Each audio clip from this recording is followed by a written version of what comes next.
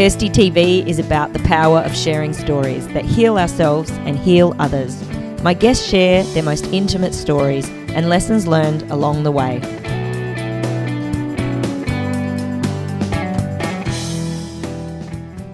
So for people out there who don't understand what bipolar is, can you give us a layman's example and explanation? Yeah, bipolar disorder used to be called manic depression, and they renamed it bipolar disorder. And they do that to have kind of people-first language. So like I would say, I have bipolar disorder. Mm-hmm. Bipolar disorder got its name because it has two poles, a manic high and a depressive low. The manic high is mania. It's feelings of invincibility, feelings like you're on top of the world, nothing can stop you. It's usually characterized by not being able to sleep, by kind of having this overwhelming anxiety, and really this delusional state that you're feeling the best you could ever feel. And some people find it very addictive and really do other things they can to get back into that state.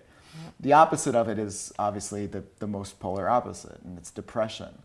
Some people have a bipolar disorder where they can hit both poles. They rapid cycle pretty quickly, where they have mania and then depression, and mania and depression. Some people have it where they hit mania much more than depression, and some people have it where they hit depression much more than they have the mania. And what was it for you? I was rapid cycling as a teenager. Mm-hmm. What's the slippery slope that people need to be aware of with suicide?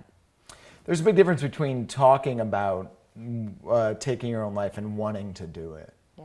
So sometimes, somebody might just be releasing like, I've thought about taking my own life, where, a reaction there is like, okay, let's talk about this. How long have you thought about this? Why do you feel this way? And how do you feel about that? As opposed to someone saying, I have a plan to take my own life. When somebody has a plan to take their own life, when you've thought out a way to kill yourself, then there's really nothing a friend or family member can do other than get that person immediate help. I think what's tough in our society is if we were at a party right now and you broke your leg, I wouldn't hesitate to take you to the hospital. I wouldn't be like, okay, you broke your leg. A doctor clearly needs to treat this. If you came to me with an emotional issue, I would feel like, oh, I should talk to Kirsty about this. I should, help her feel better, and I should help, make her understand like what she's going through and listen to her. There are things that I can do as a friend. There are things that I can't do that a doctor could do. And we don't draw those lines in our familial relationships or in our friendships. So I think that's what's tough is I think looking back, my friends said they saw signs, but they didn't know what to do. They didn't know what to say or who to go to. And that's what we need to change. So talk about the spectrum of mental health. Well, when I try to explain mental health to large audiences, I use a much wider kind of, I call it the kind of 5 categories of mental health challenges. So it starts with everyday challenges like stress and lack of sleep and low self-esteem or poor body image. Which, how many people would be putting their hand up? Right. And then the next challenge would be environmental factors, the home you grew up in, the school you attended. So if you're having physical abuse at home, emotional abuse, sexual abuse, bullying. Then the next factor is challenge, a category, is kind of significant events, death, divorce, breakups. Which again, hand up, it's life. Right. The next category would be your mental health disorders. So that would be anything that's diagnosable from a mental health professional.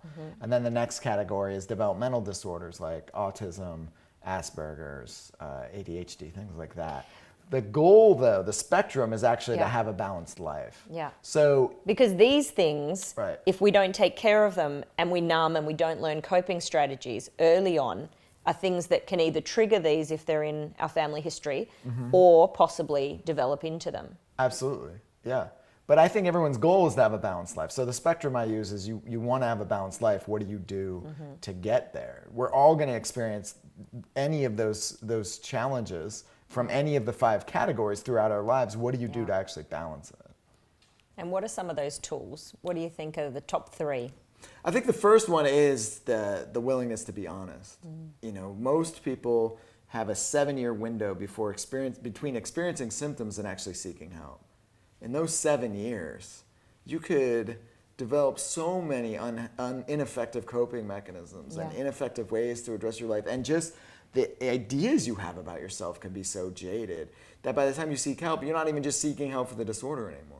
You're seeking help for the 7 years of things you did in between the first experience. So if you're coping by using food, you've now got an obesity issue or alcoholism or you're an addict. So so number one is just being honest, you know, and having that vulnerability. Number two, I would say is understanding the vocabulary so that you can talk about your mental health. The reason I break mental health challenges into 5 categories is because young people and adults don't have a vocabulary to address this. If you ask somebody to work on their mental health, they don't know what it means. They don't know that stress is different from going through a divorce, that is different from having a depression. And then the third part is the coping mechanisms.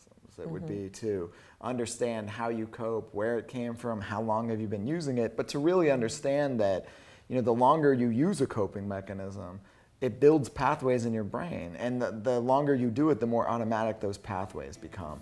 And those pathways can almost just form a habit, where now you have a trigger and you're just gonna cope that way without seeing a way out. So we need the awareness to show that you have positive examples, you can get out of it, but you actually have to give people those tools. I started having massive outbursts of anger where I was breaking my knuckles and toes, punching and kicking things. Then I just started And are people seeing this? Yeah, my friends saw it. But again, it's like a bunch of teenage boys